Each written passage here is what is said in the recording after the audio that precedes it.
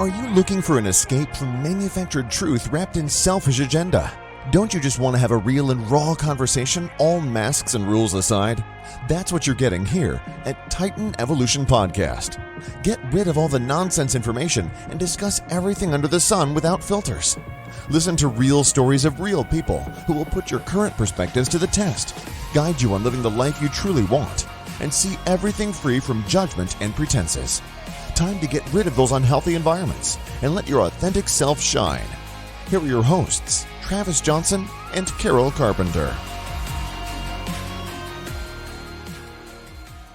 With Alexander Randazzo. Alexander, how you doing today? I'm doing great. How are you? Oh, I'm fantastic. I got my office redone. I got, the stuff where I want it. And I even got your movie poster, Lonesome Soldier, put up right here in the background. I love that. I was going to say, that guy's got a nice nose there. The nose is like a good 80% of the poster. So we we got that exactly where it needs to be. For those of you not being an Italian, thank you for having me on today. You're welcome. You're welcome. For those of you not unfamiliar with his work, he's the writer, producer, and actor in the hit show Lonesome Soldier. Hit the silver screen. You can find it on Amazon and Google and Apple. And in fact, Hollywood Reporter and Variety even had it up in their top list for Oscar. What's the word? Oscar consideration. We were in contention, or we were a contender for the Best Picture nomination. It was an honor to be considered, is what I like to say. Consider to be considered. I'm not even that considerate. I don't even know where to go from there. But you've been doing a lot of work in film, and actually, you and I have been having this dialogue back and forth for a couple of months, and we're like, we haven't even recorded an interview yet. We've just been chatting with each other. I've been helping Alexander with some of the podcast stuff, and he's actually been helping me write a screenplay. I think that's the right term for it. And just dipping my toe in to see what that kind of the world looks like. I always try to do new things with my time. Last year I did improv for a couple months, and people are like, I don't even know why you're here. You're already, all you do is improvise life. You just go out and give it a shot. But we're here today to talk mostly about you, I think. Isn't that kind of how interviews go? You tell me, it's your show. Oh, we must be able to do whatever I want then. That's right. So one of the benefits about having your own show. Tell us a little about yourself. We got this Minnesota connection. I grew up in Fergus Falls, Minnesota, but Alexander's parents are up in the Alexandria area. And anyone listening to this from Hollywood, Minnesota is a place that has a lot of lakes, and it's pretty all year long. That's right. Well, minus December, January, February, when it's sub-zero and everything's covered in white. But other than that, it's a beautiful place. And my parents moved there when I was 16 or 17. They have been there ever since. And so that's where, they call home. But at that same time, I actually moved to play under 21 junior professional hockey for a couple of years before moving out to Los Angeles to pursue my dreams and use my talents to tell awesome stories on the big screen.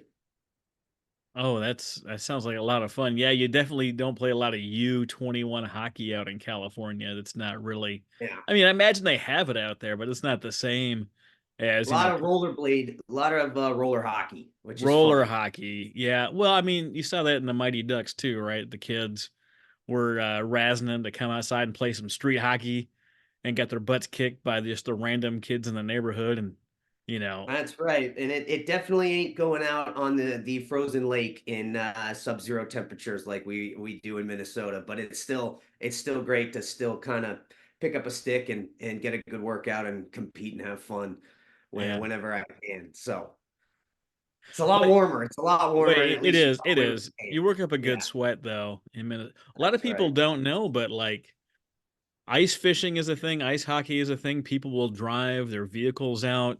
There's whole villages that get built on the ice every year, depending on how cold the year is. It's depending on how far you get away from shore. But there's people that drive their vehicles out there all the time. And there's always these areas of like, careful, thin ice, because you can actually fall through this stuff.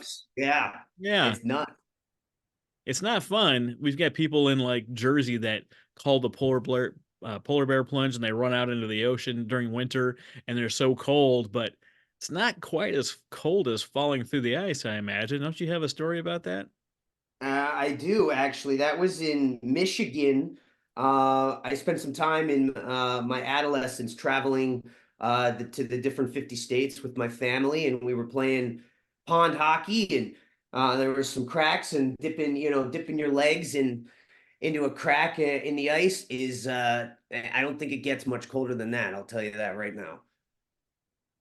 It's not the most fun. No, It's not the most no, it's fun. not. But you have people that, that are in Hollywood or that they do meditation, all these crazy guys that get up at 3 in the morning and go work out and run and they take ice baths. And one of the cool things about it is it shocks your system into believing that it fell through the ice. So it's trying to combat hypothermia, it releases all these proteins. You start generating stem cells again. It's a great way to continue to look young, provided that you do it safely and you're not just on some random lake in the middle of nowhere wondering if anyone's ever gonna find you. That's Probably right. No, probably not. I'm a screenwriter, not a scientist, but I do take ice baths as well as spend a lot of time in the saunas and whatnot as well from the heat Mm. side of things, just because that's apparently what you do in Hollywood. So I'm not quite sure the science behind it, but I hear it's healthy. So there we go. No, it really is. It's a big thing. My family's from Norway, and everyone loves to sauna. They always add, like, Mm. an extra little blurb on it, but everyone takes a sauna, and really, it's better than doing cardio for your body. It releases all the sweat. It gets everything up and working. Those extreme temperatures, whether it's hot or cold, really do a number on the body, even if you talk to guys like, Michael Phelps that were training every day. When he went to was it China? The Olympics in China, I think, the Summer Games? I can never remember, but I'm not. their It's pool is somewhere different colder. every 4 years, so I don't know. Yeah, every even year, unless there's COVID, then they do it on an odd year. But he was burning something like 12,000 calories a day because it was 1 or 2 degrees cooler in their Wow. pools. So he was eating some disgusting amount of food, and you would think that I am training for the Olympics based on how much I eat. Just turns out I'm kind of chubby. You know what I mean? Yeah, I mean, I'm not going to comment on that, but I did not know that that burnt a bunch of calories. I'm going to have to myself spend a little more time in the extreme cold and heat when I Well, it if wasn't that's even extreme me cold. running It was just on the treadmill, then it was just then their I'll pool. take it. Yeah. Yeah. No, the thermodynamics behind it allows them to burn so many more calories because it takes that much more energy from a colder Huh. standpoint to warm up and burn 1 kilocalorie. So you're burning through them as you're going, but that's not anywhere near your expertise. You have this kind of knack for hearing a story or hearing an idea and being able to turn that into a visual extravaganza. What was the inciting point or the inciting conversation that started you down this path of Loathsome Soldier?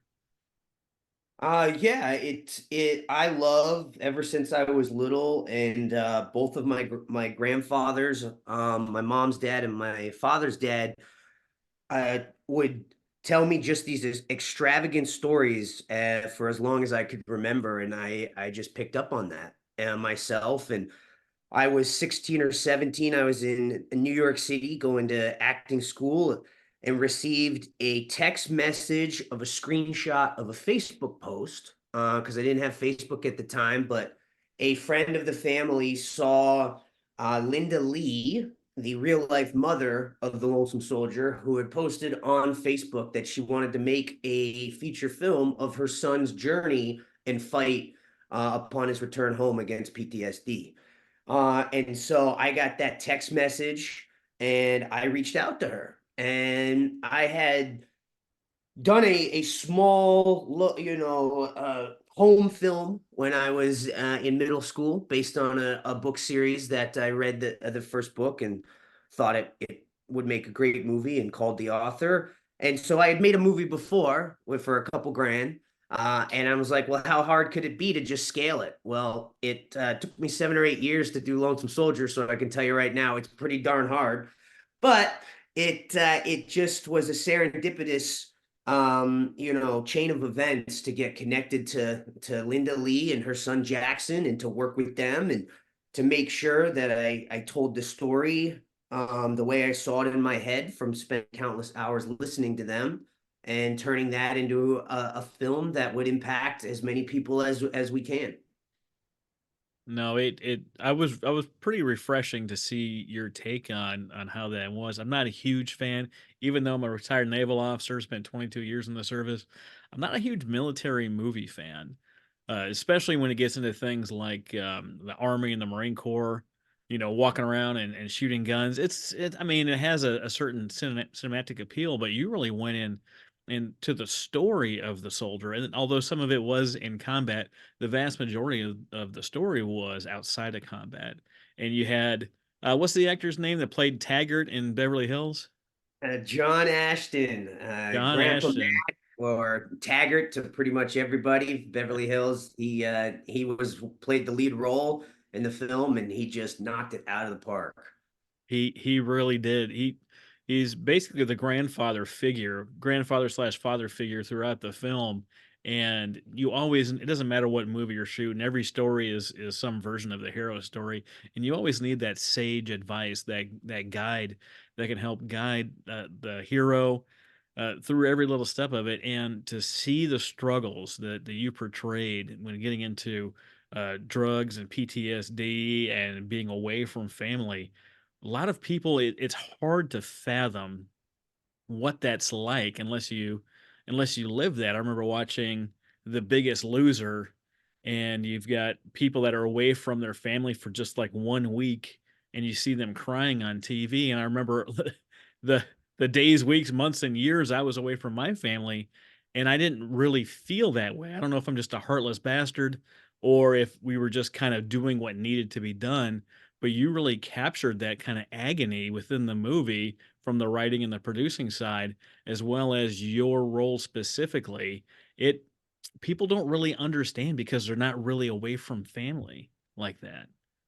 Well, first off, thank you for that compliment, and that was definitely one of our primary goals. But back to John Ashton and playing that kind of guiding figure on the hero's journey. Hmm. This personally, this was my first film and largest role in a film that I had ever had. So it was kind of the next level, and he was that for me on a personal level as an actor at the same time as he was that on screen to my character Jackson. And I'll never forget my very first day, my very first scene.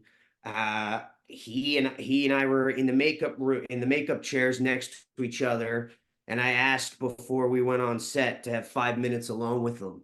And I just looked at him and I said, Mac, uh, I'm terrified. Like I grew up watching you, and now we're gonna work together. And he just looked at me and he goes, "Kid, we're just playing make believe. I got your back. You got mine. Let's do this." Hmm. And normally, the way it works is the highest name on the call sheet, on all the way down to the lowest name. It's kind of ranked in seniority of characters, credits, and experience. And you'll shoot out the highest actors first. So we would shoot his close-ups, our medium shots, and then normally we would finish with my close-ups. And most actors who are higher than me would leave, and some assistant would read their lines when it was on my close-up after the higher, more successful actors would take off when they're wrapped out. Hmm. Not once did he walk away until after he stood off camera for my close-ups the entire time. He was just one of the biggest supports and encouragements, and I learned so much from working with him, and it was unbelievably amazing. To Sounds like address your yeah, it. it Sounds like it it. it one of the best. One of the, he's actually got Beverly Hills Cop 4 coming out this summer, so I'll plug that for a minute. The trailer looks fantastic. I know he was super excited to return to that with Eddie, and I'm really looking forward to that myself. So huge Beverly Hills Cop fan. So keep a lookout for that. But yeah, he really played that father, grandfather, mentor role both on and off camera, and it was just such an honor to experience that. I I'm rarely without words, but I find myself wanting to talk about so many different things because I grew up in love with movies. It was one of the few things in my life that could just capture my whole attention, that could really get my imagination going. It could really draw me in. And when you have a childhood like mine, like you don't want to think about that stuff all the time. And video games and video and movies could really just draw me into that story, so I could melt away. So after we talked over the last couple of months, I actually went back and watched Beverly Hills Cop 1, 2, and 3 and Ackwell Foley. I I love all the characters. It's so much fun, and they really, I mean, they had a great job just being themselves. We hear, all sorts of stories that come out of Hollywood all the time. You've got these sunshine and rainbow stories, the rags to riches stories. Obviously, we've Hollywood's got a bad taste in some people's mouths over the last couple of years. But what have been some of the fun kind of behind the scenes stuff that, not to name drop or anything, but just like different things, different experiences that you just didn't know or just didn't know were going to happen, and you find yourself in a group of people, and tell us a little bit the behind the scenes Hollywood magic. For sure. It I guess the easiest and simplest way to answer that question is every year a million people move out to try to, make it in Hollywood, whether it be writing or acting or Mhm. producing or whatever their specific field is. And every person, myself included, truly believes they're going to be that one in a million. But you also have that little voice and little doubt in the back of your mind that, what's so special about you? And just like, and you're going to fail just like the tens of millions have over the last 50 years. And due to, fully, completely blessed by God, they're just doors opened and people who had no business answering my calls, agents, talent, people like John Ashton, the Taggart from Beverly Hills Cop, and others. It was truly one of the most amazing and encouraging experiences to be received with open arms. I'd say 85, 90% of the time. There's, some people that are busy and focused on what they're doing, but that's any business. But the vast majority of the people in the industry, my experience was just positive on all levels, and it was probably one of the top reasons why I was able to stay encouraged and not get discouraged over the last 6, 7 years, because it rarely, if ever, was it, you know, hang up the skates and walk away, kid. It was always keep going. How can I help you, from people that, from high level people. So that Yeah. really, from the Hollywood insider side of things, was what made the difference for me.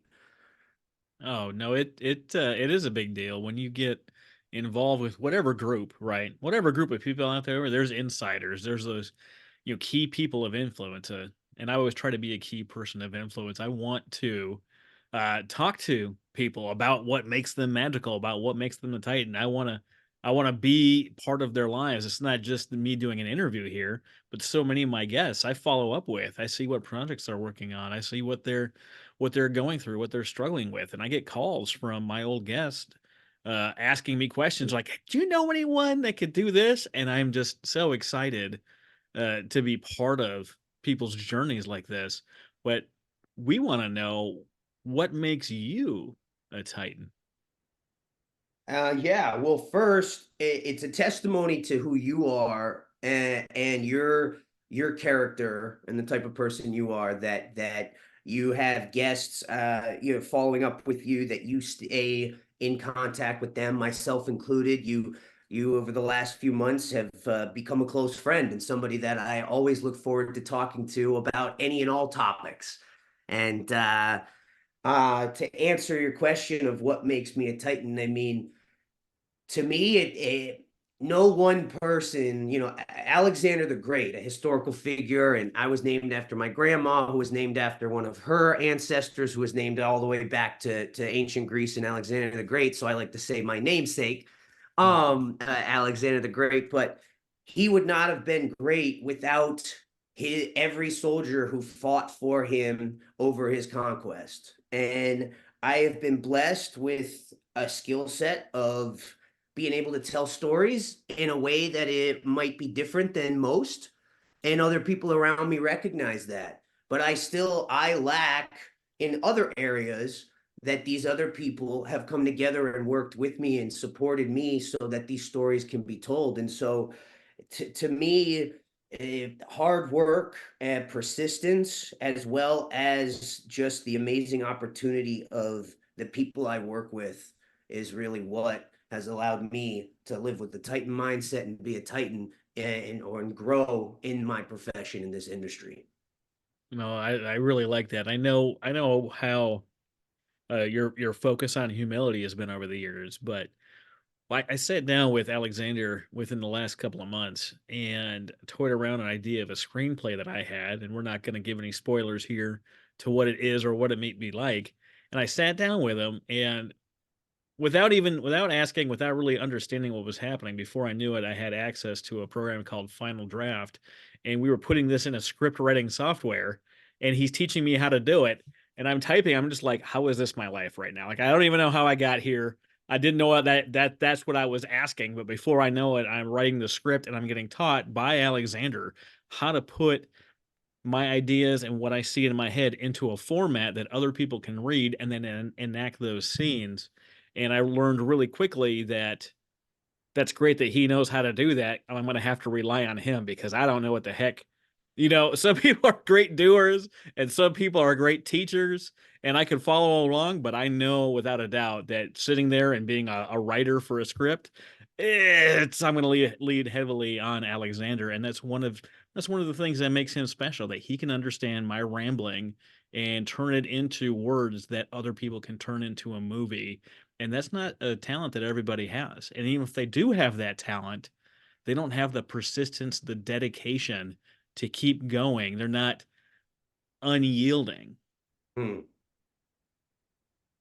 Yeah, well, I thank you for that. Now it's my turn to be at a loss for words. It, it's something that I really can't take too much pride or credit for, because for me it's kind of like when you're in school, in grade school, and the teacher asks, puts a math problem on the board, and you know the answer because you can work it out in your head, but you can't show your work. It's just kind of something it's just how I was wired. I could just watch, I could put together a movie in my head, and somehow through hard work, through mentors and teachers that I've had, I co-wrote Lonesome Soldier with Academy Award nominee writer Lionel Chetwin, who just took a chance on me and believed in me and fought for me since I was 19 years old and a young kid in Hollywood. And I learned probably more from him. He was my Obi-Wan Kenobi to me being Luke Skywalker, a huge Star Yeah. Wars guy. And it's something I can take no credit for, and just something I love to do. Actually, at the same time, while I love telling stories, I don't think there's anything I hate more than actually sitting down and writing a script out. I just have hated writing my entire life. I have tried to dictate, but it always doesn't work. So that self-discipline from playing at a high level of hockey and being raised by a West Point graduate and an Army officer, and a mother who is just as badass, and who, her life story, it just was something that they instilled in me. Mhm. And sometimes that's just what it takes, I guess. And it's a blessing, and I can take no credit for it.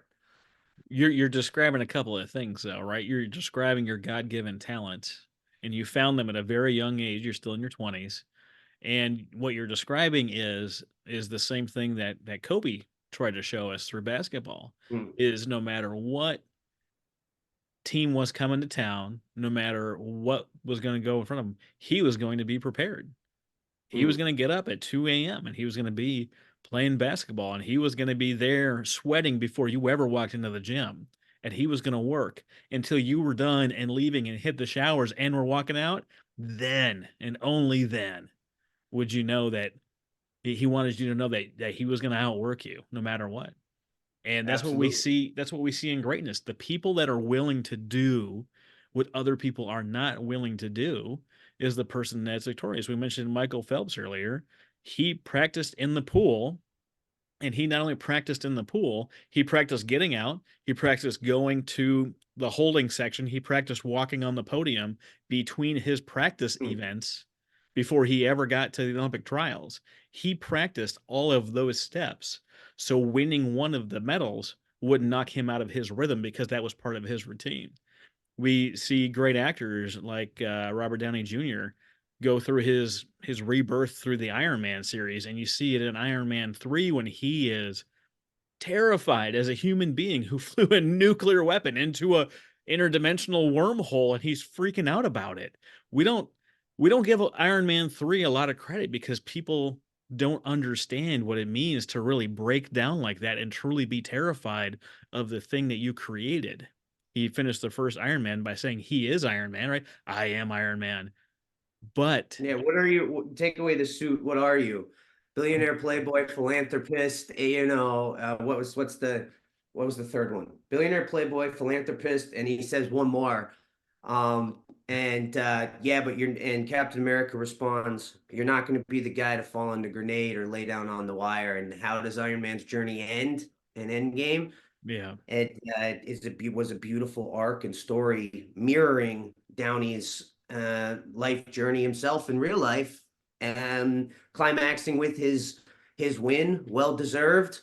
This past Sunday, at least at the time that we recorded this, not sure when this is going to be released, but I this don't know. is a couple of days after I'm not in the charge of Academy this. Awards, and Downey gave one of the best performances I've ever seen in a film in a very long time, and well deserved for him, and the beautiful completion of a long journey. It's he's another one that found his magic early. And I don't want to. I don't know the story fully. I know he was self-medicated for something, and when they figured out what it was, he was able to get himself back in order. But it doesn't matter when you find your magic as a person, where you find what makes you a titan. Just because you know what it is doesn't mean you're not going to go through more trials. Just because you've been through a lot of trials doesn't mean you're not going back in the forge again to be defined and refined as a person. You came out through this, you found your niche, you made an amazing movie in Lonesome Soldier. I really, really appreciate the movie. And now you're going to be moving on to another project of some kind. And just because you did so great in Lonesome Soldier doesn't have anything to do with that next project. You're gonna meet more people. You're gonna have a different winning percentage from the people that you interact with. It's gonna be received well or poorly or whatever. Maybe it's a failure to launch. We don't know what it's going to be, but having that project under your belt does feel good. But what's on the horizon for you, Alexander? Well, it's funny that you said what you just said, because the next project that I just finished writing and that I'll be playing a role in as well and producing is a short film. It's a family drama that it's about a father and his two son and his estranged older son, and then there's a younger brother as well. And the pain that the past and lack of communication and just jumping to conclusions and assumptions instead of sitting down and taking the time to work through things, the pain that causes over decades, and then hopefully a reconciliation process at the end. But with that said, just because Lonesome Soldier, I came out of Lonesome Soldier thinking I was hot stuff. And I've written over 60 scripts in the last 8 years, from TV shows and miniseries to different types of films and short films. And never once has my team, my intimate team of readers, read a script I wrote, even a first or second draft, and said, "This sucks." And until the short film I wrote right after Lonesome Soldier. And I was so confused because I was like, like, what? And it wasn't until I finally took the time to kind of step off that podium, step off my high horse, and realize oh, what this is missing is heart. I'm trying to show off. I'm giving myself great acting scenes. I'm giving other people great dialogue. It's a great story with a twist at the end, but there's no heart or purpose in it. And that was a lesson that I'm very glad to have learned in the last 2 months myself, because it happens to so many people who make, their first kind of successful big film, and they're trying to start their career at a higher level than most people get the chance to experience. And a lot of them never make another successful film because they start thinking that their stuff don't stink. And I fell into that trap myself, and was blessed to have that team that I talked about earlier around me to go, hey, no, let's figure this out. And so that's what we're working on next. It's called Heart of Stone. We're shooting in May, out in Virginia. And then we're working on a feature film, totally different role, a fictional film, but about a veteran who comes back after hearing somebody put his old high school true love, childhood crush true love, halfway across the country in a hospital after taking advantage of her and hurting her. And he kind of a blend of Taken and Equalizer, and that's called See You Soon, and we're working on that, and we're going to be putting that into production later this year or early next year as well. So a couple of good things on the horizon, as well as a few other things like what we're working on, and a couple other projects that we'll keep a lid on at this point, but are also very exciting. It's interesting you said you were doing it without heart, but it's called a Heart of Stone. Like, isn't that exactly what it's supposed? Anyway, uh, as I go through, life, I'm in my 40s now, and I've done a lot of cool things. And if you're watching the video, you can see some of the stuff on the wall behind me here, including this big ass arcade game that's got like 30,000 games on it. I actually get to go through and like endless free lives and actually like beat some of the games, which is kind of interesting. But we never stop learning these lessons. And no matter what projects we do, no matter what career we have, what kind of relationships we have, if you don't put yourself in these things, right? If you don't bring yourself along for the ride and you try to do it, without that sense of you in them, they're all going to suffer and suck. It's gotta have something that captures your own spirit in them, even if you're acting, even if the role is far departed from who you are as a person. There's gonna be part of that role that's gotta be part of you, and if you can't make it part of you, it's not gonna work on the big screen. Not that I have any experience with that stuff, but it sounds right. Absolutely. It you write what you know, as a writer. I'm not sure who that quote is credited to, which I probably should, because it's one of my favorite quotes. But we most often, whether it's Quentin Tarantino or whether it's Shakespeare, you have the great writers take what they've gone through in life and just put it into a fictional version, or at least draw from it. I just went to Edgar Allan Poe theater production a few weeks ago, which told the story of his life and broke down his four most successful famous works, and how he was using a fictionalized version of his life, which was a very tragic, dark life. If you're familiar or not familiar with his life story, and a lot of death from his parents to his wife to some friends, and then ultimately to himself. Um, and how he channeled that, and that's what I mean. That is, to me, where I find a lot of motivation and a lot of ideas and inspiration from, because it is one of the greatest ways to work through trauma. They say, I'm not a big talker about the things going bad in my life, or that I've struggled with in my life.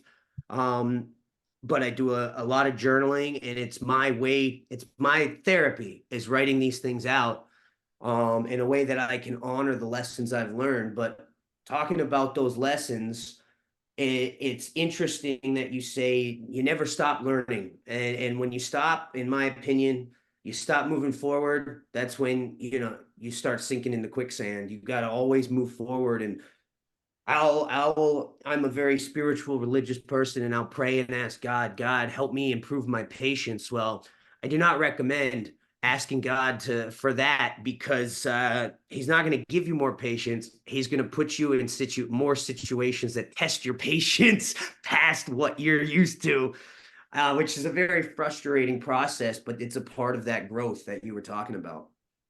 No, it is. And my dad told me many years ago never to pray for patience. That was No, a no. terrible idea. Don't pray for that stuff. It it's one of those things but you talk about journaling, right? I watched I don't know what you call it, biopic about Val Kilmer, and he was talking Yes. about he did all these video recordings through like his whole life. He's behind the scenes at the movies and this, that, and the other, and just struggles while trying to play Batman. I guess you can't hear anything when you're in the bat suit, and then he Can't use the wanted to. bathroom for 10 hours on end. Yeah, very uh, frustrating, a little frustrating. I think he talked about that in that biopic as well. But That'd be sorry to a interrupt. great role for my wife. This woman, like, she goes to work and will work a full shift and come home. She's like, I really gotta pee. And you're like, you didn't use the bathroom at work? And guys, we're just like, we go, every 90 minutes or so, we go in there. We're like, oh yeah, this is good. She ain't taking one the whole stinking day. Truck drivers, like, I could never be Batman for that. I could be a billionaire Playboy philanthropist, but I need my suit to come Oh off yeah, like that's the Iron easy Man, part. right? My 12-year-old brother could be the billionaire Playboy philanthropist. Yeah, I can definitely play Bruce Wayne, but not Batman. I can't be in that suit for that long. But between him and I read Green Lights by McConaughey, and Oh, when green light. they they journal or video journal or blog their life, and you're able to go back and look at so many of these things. When I think about like Titan Evolution podcast and how it's really a conversation, it's not so much of an interview as there's someone here talking with me, right? But when I go back and listen to like my own advice and my own stories, I'm like, man, that guy knows what he's talking about. Occasionally, you have to go back and listen to your own stuff when you need that kind of expert advice. Sometimes you lose yourself.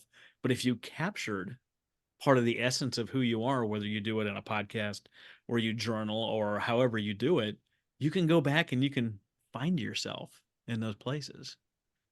Absolutely.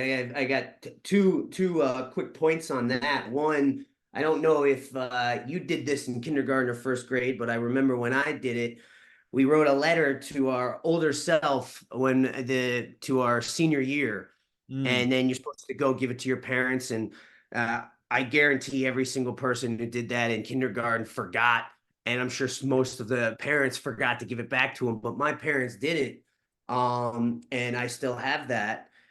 And I started doing that every couple of years. I will write a letter to myself in the future and give it to well now I use an online thing where it just 5 years from now sends me the letter back in an email, so it keeps track. But That's like it memories on Facebook.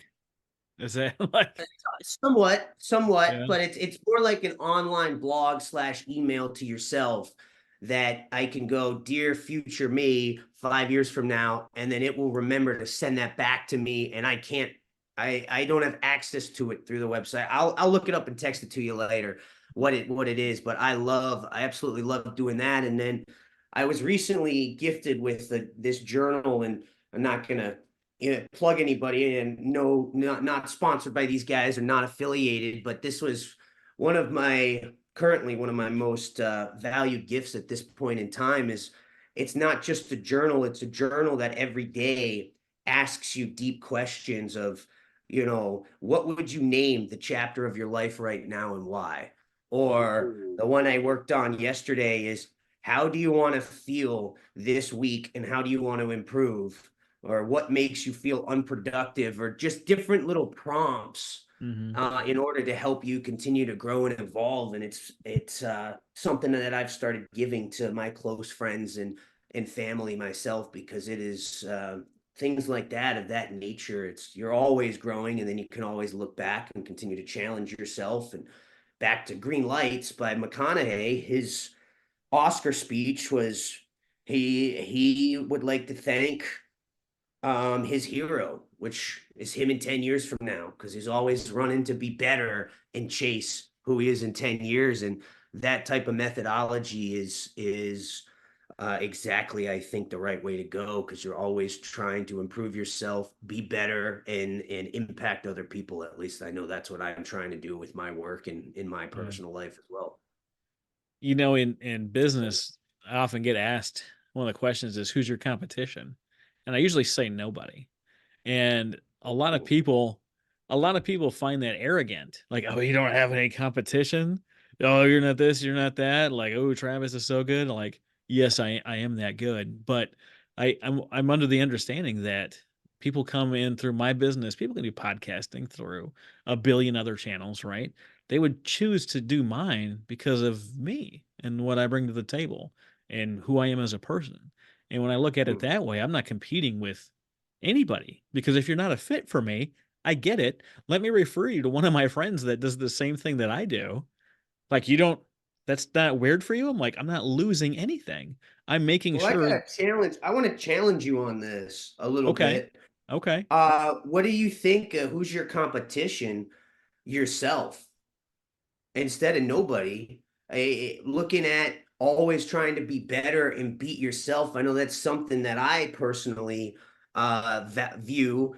It's a very vain industry. So I can look at different other actors or different writers that have more success or got this part and I didn't. And I could be very judgmental or very upset or disappointed, or I can just try to give a better performance in my next film than Lonesome Soldier. I'm competing against myself. So I would love to hear your thoughts on that. And maybe that's where you were going before I cut you off. But if so, I'm taking credit for this one because I said it that before you. that is where I was going. That when I look at, back through my career, and I can look, right, I can look on the wall behind me and I can look at, what it took me to get my degree, what it took for me to get my wings to fly with the Navy, what it took to get listed on Who's Who, Marquis Who's Who in America as a random person that doesn't have a movie credit to his name. What does it take to do that kind of stuff? And when I try to distill it down for other people, I only do a couple of things that I do really well, is that I show up with a great attitude, willing to provide value. Sometimes that means flying last minute to a friend's wedding in Reno, and their maid of honor kind of quit on them, and my wife and I had to run the whole wedding for them. We missed the wedding. We got everyone where they needed to be. We set up the reception hall. We did all of the Wow. work because that's who we needed to be at that time. That Hmm. my magic, that we could show up with a great attitude and willing to provide value, willing to help out, was able to let the bride and the groom be there on that day for each other, to have a wonderful wedding and actually enjoy the reception because we were willing to step up and be that for them. Now, when, Serving. yeah, Yeah. the serving, Yeah. right? You and I talked about a scene where I would walk in and I would be announced.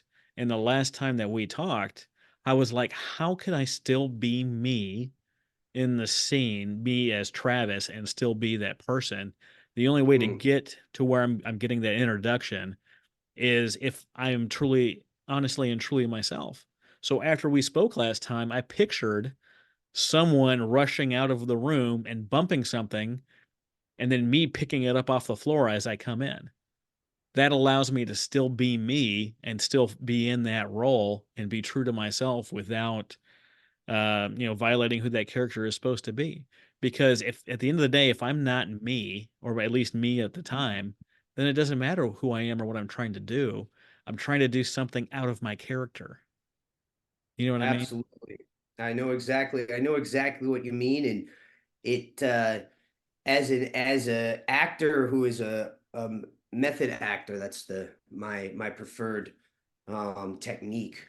It's interesting, the dynamic, to expound upon what you're saying is who I am as a my everyday life and my personal life. I am going to be getting married here before the end of the year. I'm very excited about that, and that's very different than my professional life, but it all intertwines in business and in in my personal day-to-day life. And but when you're a method actor, or the way I approach it is creating and becoming someone completely different. And when I go through that, it's a very intense 30, 60, 90 days that I take on and embody somebody else. And sometimes that is rough, and sometimes that rubs people the wrong way.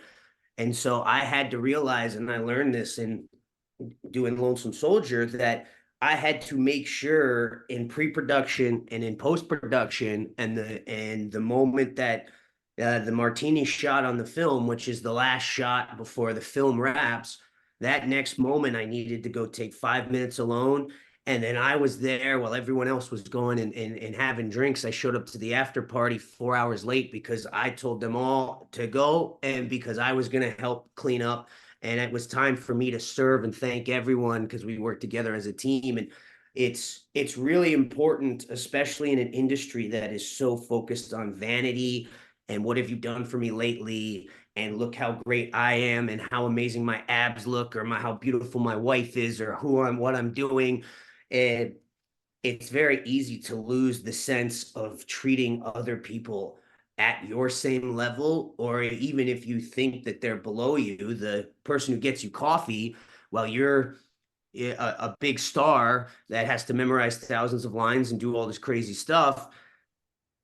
You're still just a human being, just like your assistant fetching everybody coffee. And how can, on a day-to-day basis, can you impact the lives of those around you? That's definitely something that, especially as a young guy who started in this industry at 19, I did not. I was not very good at that for the first couple of years of my career, and it's something that still to this day I have to focus very hard on, and it's something you've continued to encourage me with. I remember when we first started talking, and you asked me to talk about myself. You didn't let me get 30 seconds into telling you about myself because you were like, I don't want to hear about your accolades, what you're done, what you're doing. I want to hear about you as a person. And it was such a powerful experience that I then came back to you because you said, if it's supposed to work and if I'm willing to put in the work, you'll be there.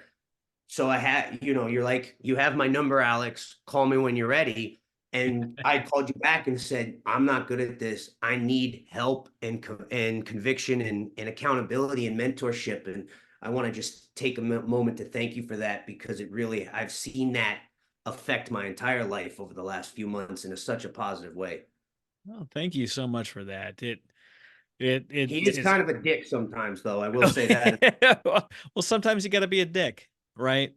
Um, I love interrupting people when it's needed, right? There's a time to interrupt people, and there's a time to let them talk themselves right off a cliff, or give them enough rope to hang themselves with. There's a time where you got to jump in and stop them and prevent that from happening. This is all metaphorical, of course, but I I saw who you were right away. I saw your heart right away. And as soon as you started, getting off of that path ever so slightly, I was like, "Hey man, that's not what we're talking about. Let's bring it back to here. Bring it back to you with what we're talking about." And that's one of the reasons that this has worked out so well for you and I, is not because I'm a great mentor or you're a great writer. It's because we're both willing to have that push and pull in our lives, that we're going to have learn a little bit over here, share a little bit of value over there, help someone out over here, have to recharge over this way. And that's just how I like to live my life. There's a reason I took so much time between the last interview that I did for Titan Evolution and this one I'm doing now as I'm getting back into it, is I needed to find me again. I was doing the show with a co-host and weren't really weren't really jiving on the same page, and we finally decided, to work on other projects and finally get back into this. I needed that time. I needed that time to recalibrate, to find out who I was. I pulled something out of a drawer here when we were chatting about your journal. This is a an old school pod deck, and it has different questions that you can ask people when you're running into, something like not sure what to say, not sure what to ask.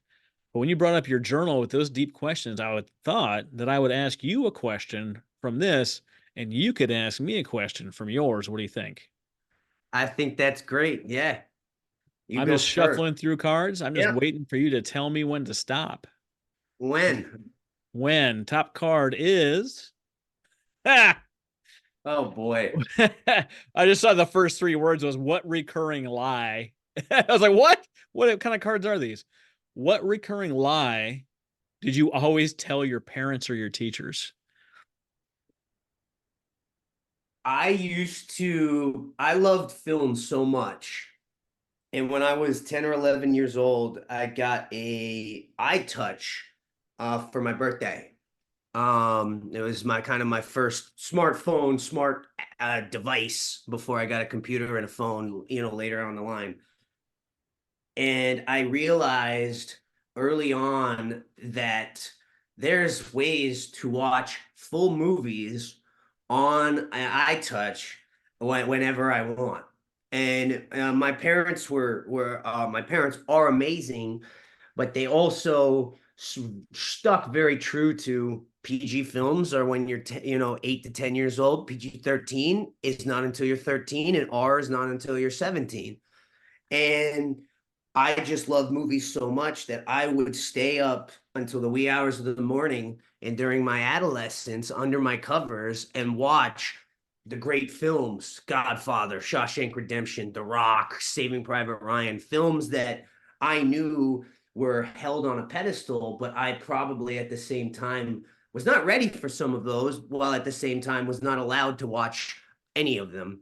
And I got caught a couple of times, Mm. and that really, it both taught me accountability, as well as because my parents walked me through. Instead of being extremely upset, I was blessed for, yes, I was disciplined, but I was also blessed with them to very quickly understand and seeing my skill sets. But I definitely pulled a few fast ones with the few little white lies of, yeah, I'm going to bed at 8 p.m. I'm going to get 12 hours of sleep tonight, and then end up getting 2 hours of sleep, little things like that. Um, and so I think that hopefully that falls under that category, because it both taught me that it was always a blessing to be caught by those you love, and better to be upfront and honest instead of cause. I learned very young what it means to have integrity and be a man of my word in a safe space, instead of learning that in my adult life, where you live with real world consequences. Yeah. So The that real world gives you the test up front, and then you have to learn the lesson. You're like, man, this is totally backwards from school. yeah. That is a great answer. Stop. Nope. Oh, sorry. Try it again. Ready? Yep, stop. All right. What Go are we ahead. asking me? I thought you were finished. Go ahead.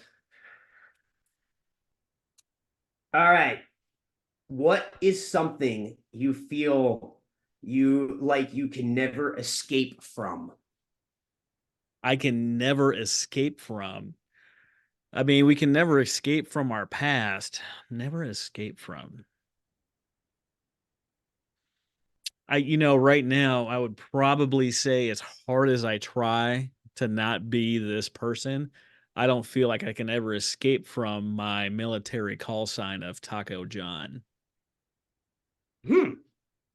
You're No gonna matter definitely have to elaborate. Part two is who is Taco John, and why have I not heard about this in the last 3 or 4 months?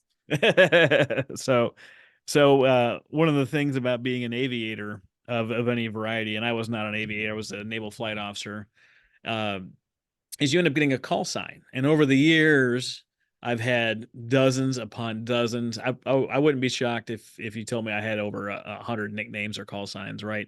Travis Johnson, you obviously got TJT, T-Rav, like they stack up. Back in the 90s, they had the big Dick Johnson t-shirt, so I was Johnson, so I always had, Hey, my one of those. grandma. All right, my grandma watches this. Come on. Sorry, Grandma. Sorry, grandma. Grandma, No, this is rated I'm kidding. R. You're old enough to watch. You can choose to turn it off. Hey, Uh, she watched Winter Soldier, and we got over 150 F bombs in it, so she's fine. I'm just teasing you. oh, absolutely. And then, Austin Powers came out, like, man, that looks like a really big Johnson. Like Yeah. all the names from all of that stuff. all the different shenanigans growing up. But usually, right, a call sign in the military, you get it from something that's an absolutely terrible story, or it's like the dumbest thing you've ever done. And there's always like a public facing nickname, and then there's like the real story behind the scenes of what it is. And I was told going through flight school, like if you get the chance to pick your own call sign, do it. If you get the opportunity to do something that you're going to get your call sign from, you should just go ahead and take that opportunity so then you can help create the narrative. So I always try to take good advice. I've been taking good advice for most of my life, and it worked out really well for me. So we're deploying, we're in all sorts of different places, and Taco John's, for those people that are outside the Midwest, is a drive-through fast food taco place. It was started in Wyoming. I had one in my small town growing up in Minnesota. It's fast food tacos. It's nothing magical. They have a fantastic thing called 6-pack and a pound, where you get 6 tacos, a pound of potato allays, which are like hash rounds with seasoning. It's delicious. Don't get me wrong. Their nacho cheese, amazing. I love their nacho cheese. Anyone seeing this, like, call me Taco John, you can. I found that one of the places that we went to had a Taco John's, and it's a little bit of nostalgia. It's like the people that argue about Whataburger or In and In and Out. Out, or Yeah, it's yeah. a fast food burger. Like, why are we arguing about like a crappy fast food They're all restaurant bad. burger? They're all Yeah, the same quality. Yeah. right. They're all the same quality. And I I mean, found that is they had Taco one out in John town. quality? Where is it with Taco Bell? Oh, it's better. It's way better than Taco Bell. Okay, like It's Chipotle Qdoba level, no, or it's still a fast food taco. It's right? So still a it's fast food between taco. But if I had the between choice, those I two. would go to Taco John's every time over Taco Bell. Gotcha. Yeah. So Sorry, I just have never heard of Taco John. no, that's why we're talking about it, right? That's why we're talking about it. So found out that a place that we deployed to on a regular basis had a Taco John's, and uh, as our requirements of our mission were, I was never allowed to go out in town if our airplane was mechanically sound, right? So unless we were broken, then we'd have the opportunity to go out in town and do whatever we wanted. But the vast majority of the time, I was stuck on base, and so we had. Wouldn't it, sorry to interrupt, but why wouldn't it be the other way around? If it was broken, you shouldn't be able to leave till it's fixed. But if it's running operationally, then why do they need you there? If it takes you 10 days to get parts, you're not locked on base for 10 days. You're waiting Gotcha. parts, Okay. right? Yeah. But if we're operational, like, we have to be able to get up and get Standby, flying. like a Yeah. NASCAR pit crew type thing. Yeah, absolutely. Right. Gotcha. So I wasn't allowed off base most of the time. And this guy, he had his 3 favorites. He went to get pizza at this place called Lansky's. He would get Chipotle, and I think one other thing, Jimmy John's. Lansky's was phenomenal pizza. Loved it. You can only have it so many times though, right? Like, pizza's good. Good pizza's good, bad pizza's good, but you can only do it so many times in a week. That's right. I'm not a Jimmy John's fan. Like, you have to eat it like fresh out of the oven, or like the bread gets rock hard. And Chipotle, I'm more of a Qdoba guy over Chipotle. And this podcast is over. This is well, so here it is, man. They had queso before Chipotle ever did, and you don't get charged extra for extra guac. You can put like, but they're right. Yeah, I'm not going to down talk anybody, but you're crazy to think Qdoba's better than Chipotle. Crazy. This interview is over. What were you guys That's talking right. about? Mexican food. I'm calling the post office. Your save the date is being pulled. My fiance loves Chipotle so much, we're catering it for the rehearsal dinner. So there you go. Yeah. So it turns out there's a Taco John's. It's in the same parking lot as Chipotle, and he goes all the time. He gets Chipotle every day for lunch or dinner, and then gets one of the other ones, right? But he only goes to those 3 places, and I'm like, dude, like, hook me up with some Taco John's. Give me that 6-pack and a pound. And he's like, no. Not today, maybe next week, and none of that stuff. Just a complete sentence that no.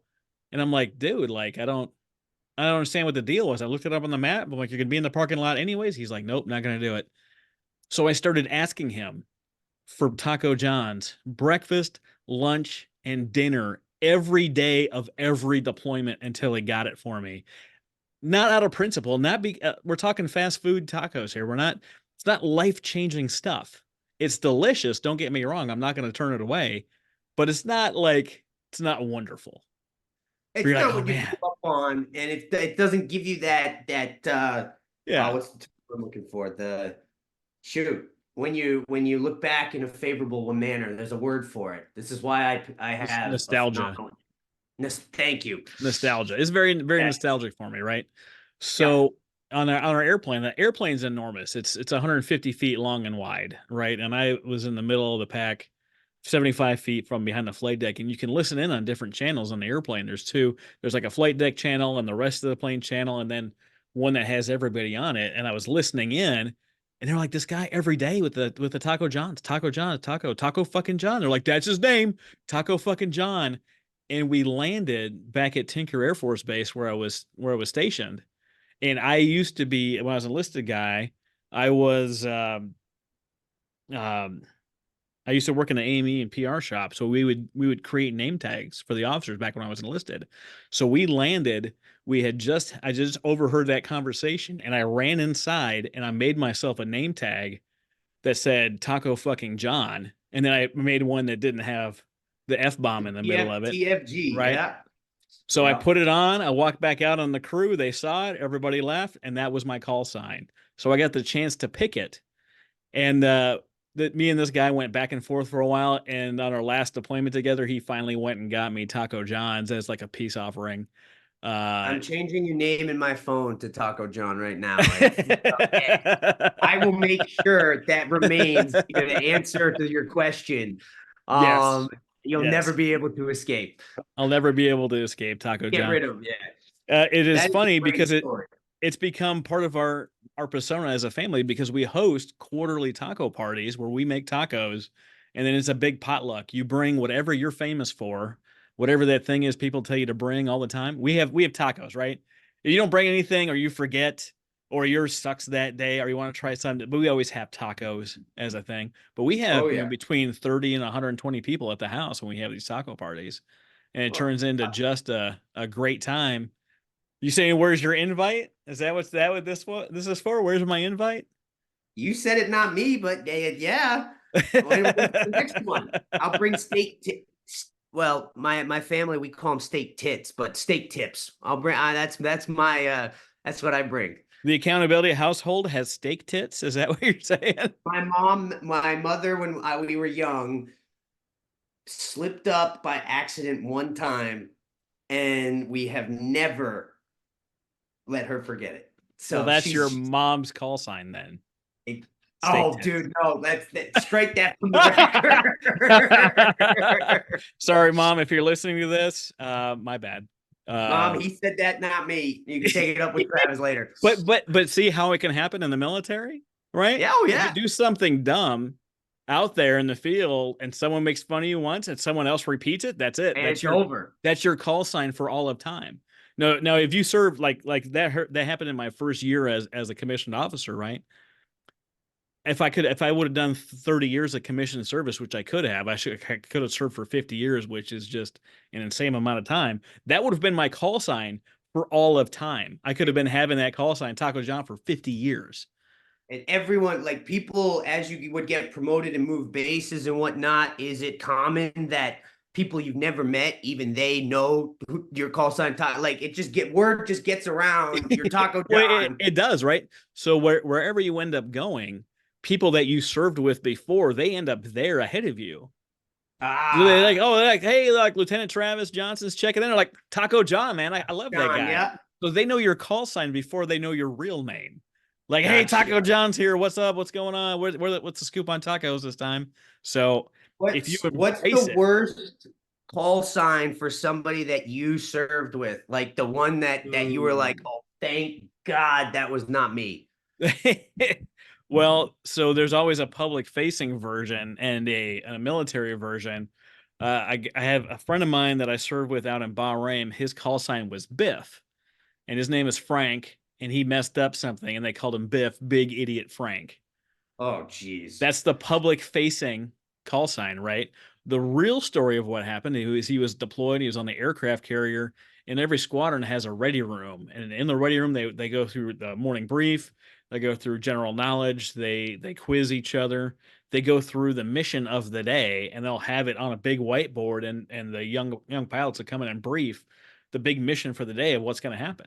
So he goes in, he's studying for one of his qualifications, and he goes in there, and there's one dude up there. He's like, "Hey, what's up with the board?" And the guy was like, "I don't know."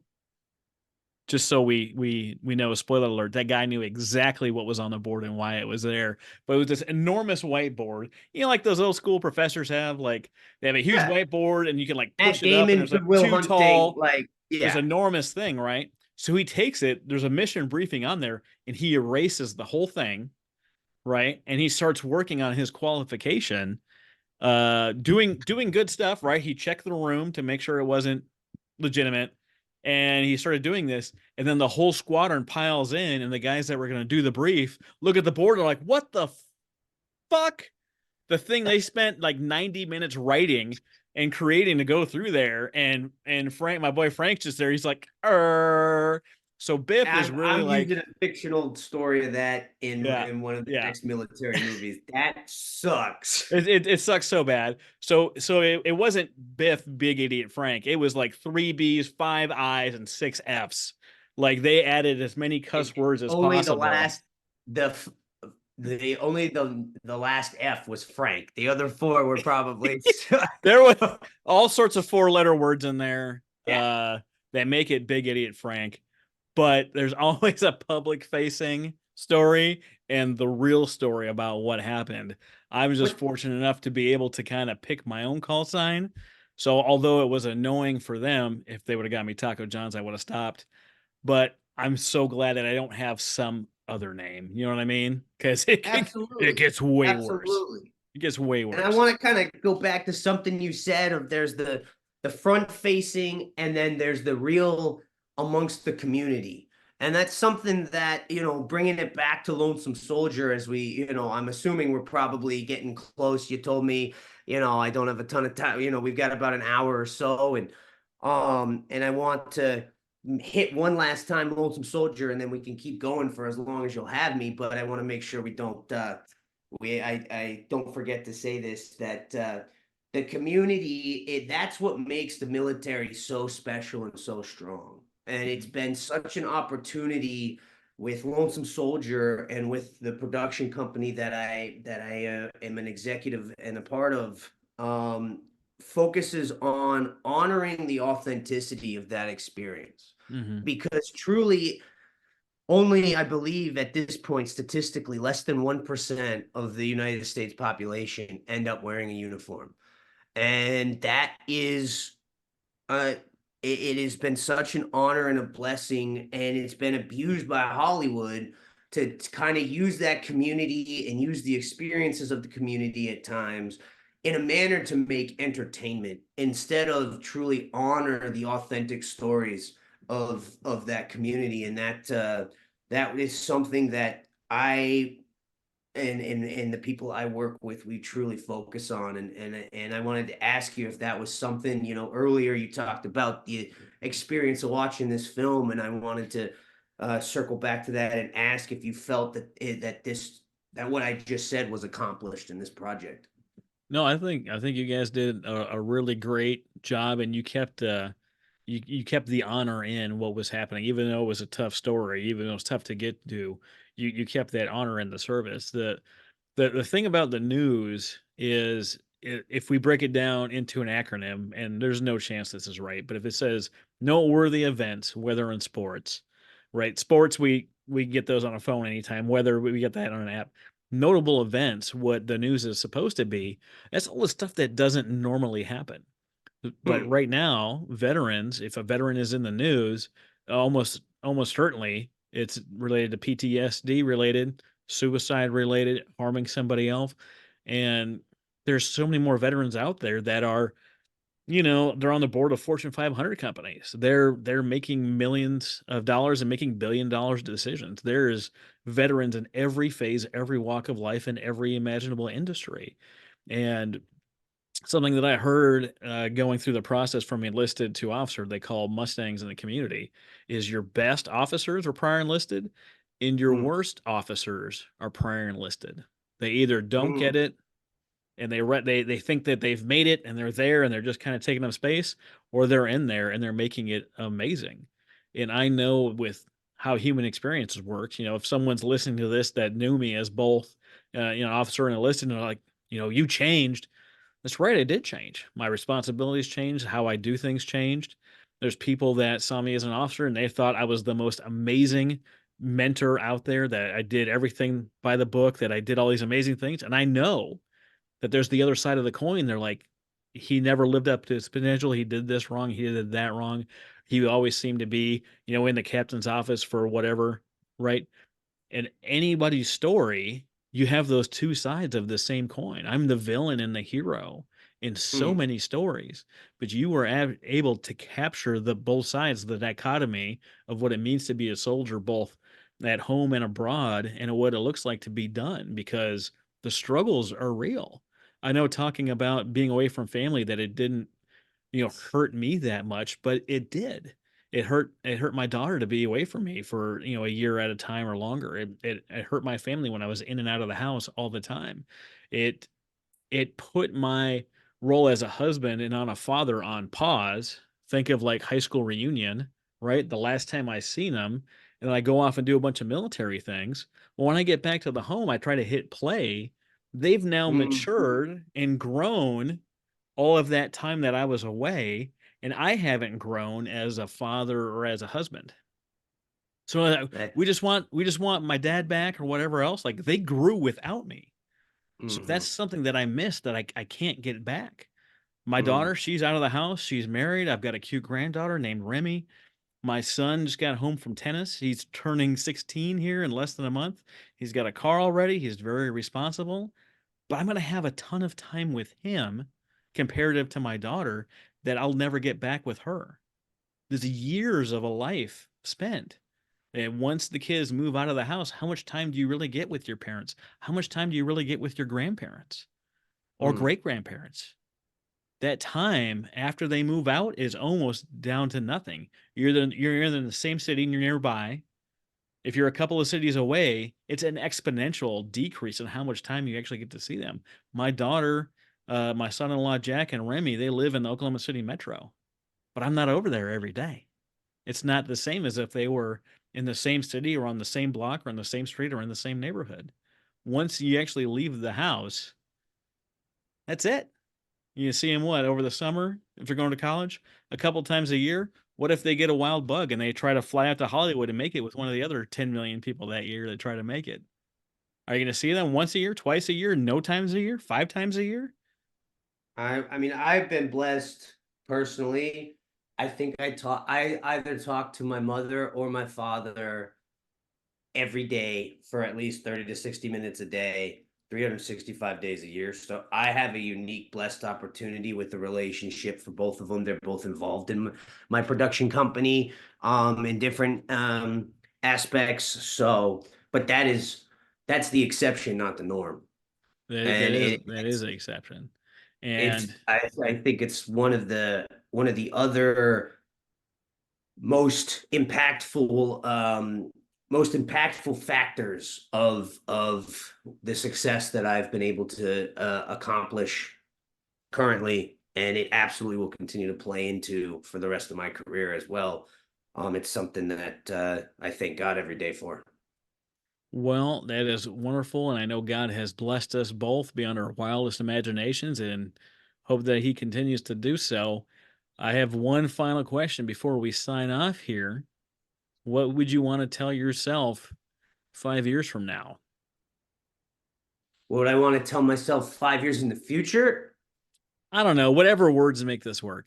Well, You're talking to your normally the five question five years is older talking to self. yourself in the past. You're saying 5 years Mm, in the future now. what Um, advice would you have for yourself? I don't know if it's setting goals, setting a vision, a reminder to yourself. If this was going to disappear and show up in your email 5 years from now, what are you telling that version of Alexander? to stay the course and to not let the negative experiences personally, emotionally, professionally, and otherwise change or harden who I am today. I love it. Alexander, thanks for being my guest today. For those of you listening, stay the course and check out Amen. Lonesome Soldier on Amazon, Google, and Apple TV. Thank you.